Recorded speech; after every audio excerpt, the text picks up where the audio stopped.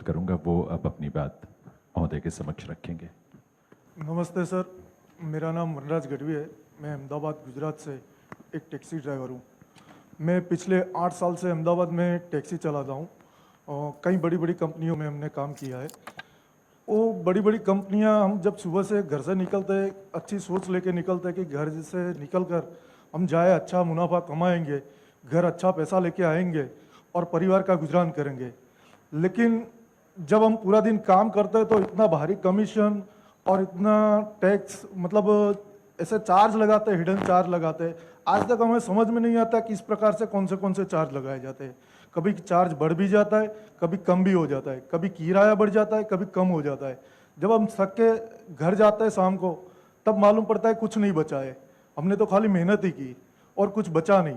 ना हमारा परिवार का भविष्य होता है, ना किसी का और कुछ होता है। तो हम ये जानना चाहते हैं आपके माध्यम से सर कि भारत टैक्सी हमारे भविष्य के लिए, हमारे परिवार के लिए और क्या क्या सुविधा देगी। पहली बात, भारत टैक्सी में हिडन कुछ नहीं होगा। एक बात समझिए, जो होगा वो नोटिफिकेशन आपके मोबाइल पर आ जाएगा, तभी होगा। और 1 सप्ताह पहले नोटिफिकेशन आएगा। आप मेरी बात ढंग से समझ रहे हैं? जो करेंगे 1 सप्ताह पहले नोटिफिकेशन भेजकर करेंगे। आपकी मिनिमम वायबिलिटी पर किलोमीटर क्या होगी, वो बेसलाइन बनाकर जो होगा उसके ऊपर होगा। मतलब आप 1 किलोमीटर का आपका रेट 2 रुपया है, मैं काल्पनिक रूप से 2 रुपया कह रहा हूं, तो जो होगा वो 2 रुपया प्लस मुनाफा उसके ऊपर ही होगा, इसके नीचे कभी नहीं होगा। आप मेरी बात समझ रहे हैं? तो भारत टैक्सी काउंट करेगी कि ऑटो का मूल्य कितना, पेट्रोल कितना जलेगा और मिनिमम कितना कमाना चाहिए, ये सब मिलाकर एक बेस रेट होगा। इससे नीचे हम नहीं जाएंगे। हमारा लक्ष्य मुनाफा कमाना नहीं है। हमारा सारथी, हमारी कोऑपरेटिव का मालिक है, वो अपना घर अच्छे से चला पाए, वो है। तो सारी कंपनियों में क्यों तकलीफ आती है? उन्होंने बेस रेट ही तय नहीं किया है। ये सहकार टैक्सी का एक बार मैंने राज्यसभा में भाषण किया तो ये तीनों लोग मुझे बारी बारी मिलने आए थे कि मत करिए, नुकसानी का धंधा है वो। फिर मैंने वैसे ही जानकारी के लिए पूछा कि भाई आपने आपके ड्राइवरों के लिए कोई मिनिमम बेस रेट बनाया है कि नहीं? बेस रेट नहीं है, वो तो उसको अच्छा लगेगा तो आएगा, नहीं अच्छा लगेगा तो मेरे को वो नुकसान करेगा तो it is up to him, मतलब वो उसको देखना है।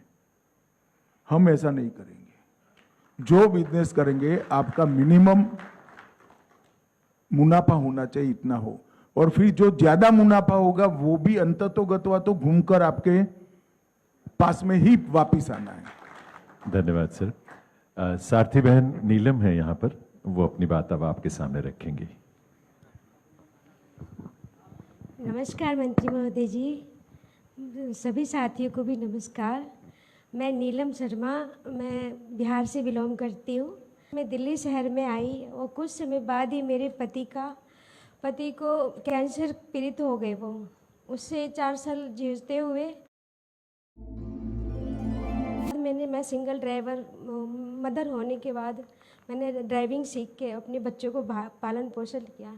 8 साल से मैं दिल्ली एनसीआर में कैब ड्राइवर हूँ और 8 साल से कैब चलाते चलाते कि कंपनी हम उसके साथ 8 साल हमने दिए और बिना वार्निंग दिए, बिना कहे सुने, और उन्होंने ब्लॉक कर दी आईडी।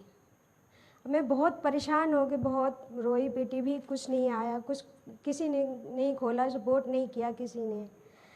और इसके बाद मैंने देखा चंद दिनों बाद ही ये लॉन्च होने वाला था भारत टैक्सी, तो मैंने भी डाउनलोड कर ली और सोचा जो हमारी एक नई रोशनी की किरण लेके आई है भारत टैक्सी, तो ऐसे ही हमने डाउनलोड कर ली और उसमें लिखा ही आ रहा था 1 जनवरी से स्टार्ट होगी। तो 31 दिसंबर को ही मुझे फर्स्ट राइड मिल गई। मैं कहीं और जाना था और मैं यहाँ जब राइड बजी तो मैं बहुत उत्साह होकर मैं राइड उठा ली और राइड उठा के मैंने पहली राइड मैंने अपनी साड़ी में ही कंप्लीट कर ली। और राइडर देख के भी हमसे कह रहे, ओह फीमेल ड्राइवर। मैं कहा जी सर।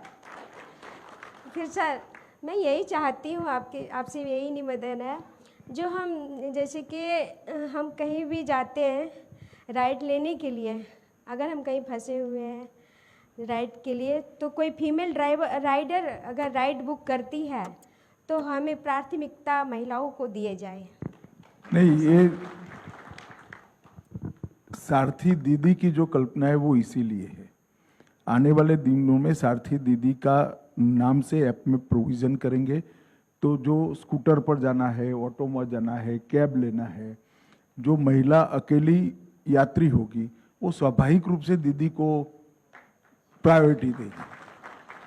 तो ये ऐप हम एक व्यवस्था करने वाले हैं और इससे किसी का, कोई भाई का भी बिजनेस खत्म नहीं होगा, आप चिंता मत करिए।